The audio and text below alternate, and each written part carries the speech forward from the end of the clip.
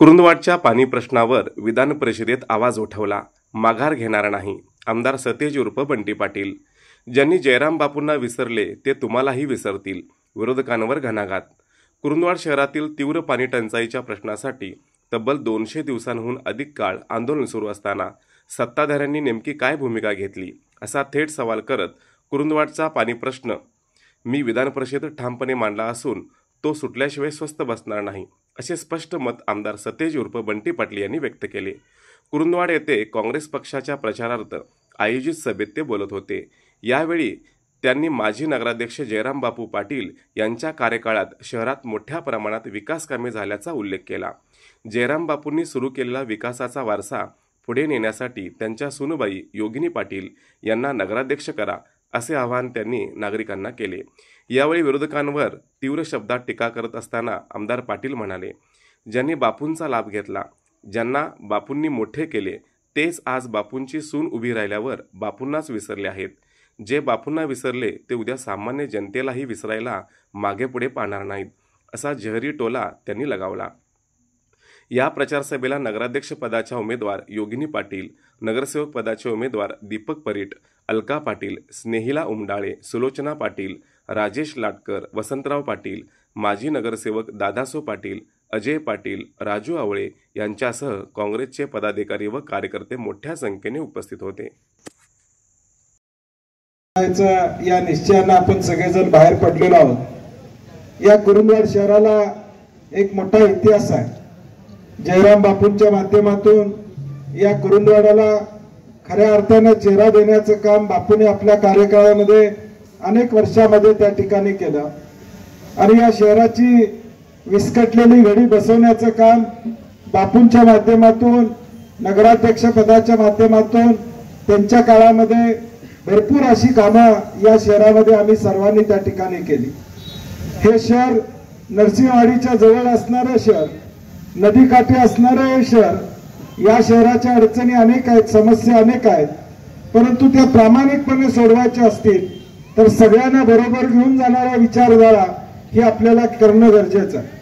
आज उलट्या बाजूला कोण काय त्यांच्याबद्दल मी बोलणार नाही, परंतु आमचं जे चांगलं आहे ते तुम्हाला सांगणं हे आमचं कर्तव्य आहे. बापूंचा वारसा आमच्या बरोबर आहे. ह्या सगळ्या मंडळींचा, उमेदवारांचा अनुभव आमच्या पाठीशी या ठिकाणी आहेत.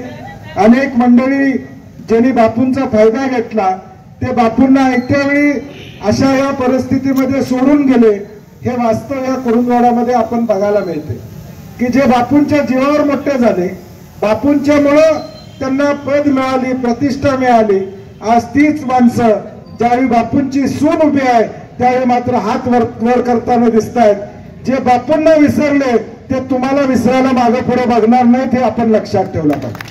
ज्या माणसानं त्यांना मोठं केलं, ज्या माणसानं त्यांना 40-40, 50-50 वर्ष बरोबर राहून सगळ्या सेवा दिल्या, सगळी मदत केली. मला आज देखील आठवतंय, ज्यावेळी मंत्री म्हणून मी राहिलो त्यावेळी बापू माझ्याकडे आले.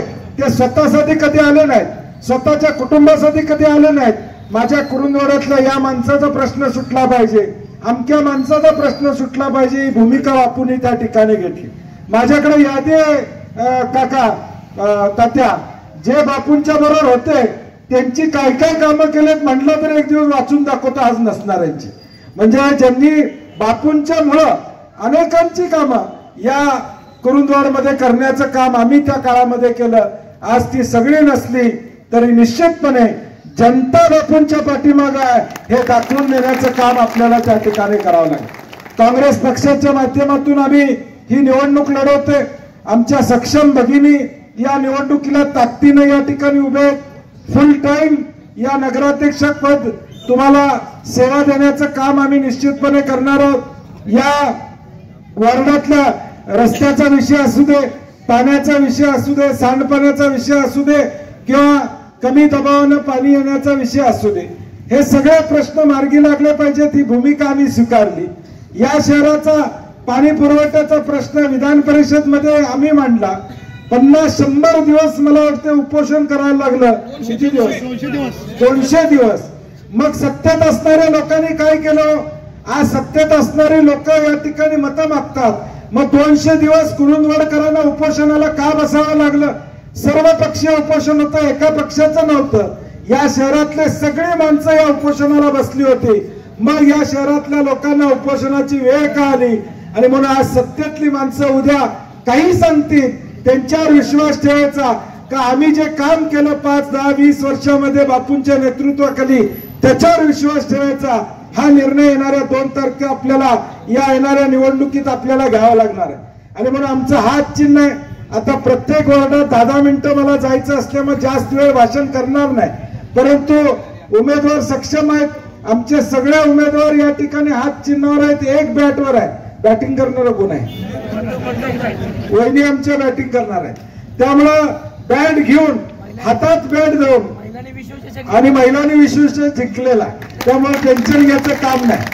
त्यामुळं हातात बॅट घेऊन या कुरुंदवाडचा विकास करण्याची भूमिका आम्हा सगळ्यांची या ठिकाणी राहणार आहे. आणि म्हणून दुसरा कुठलाही विचार करू नका.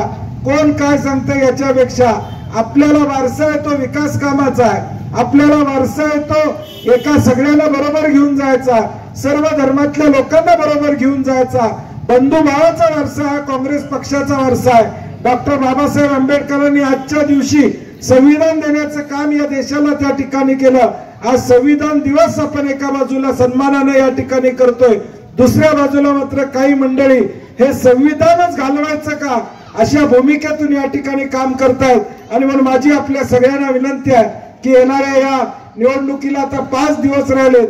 दुसरा कुठलाही विचार न करता आमच्या नगराध्यक्षाच्या उमेदवार आणि बॅट या सगळ्या चिन्हावर आपण बटन दाबून आम्हाला बहुमतानं निवडून द्या.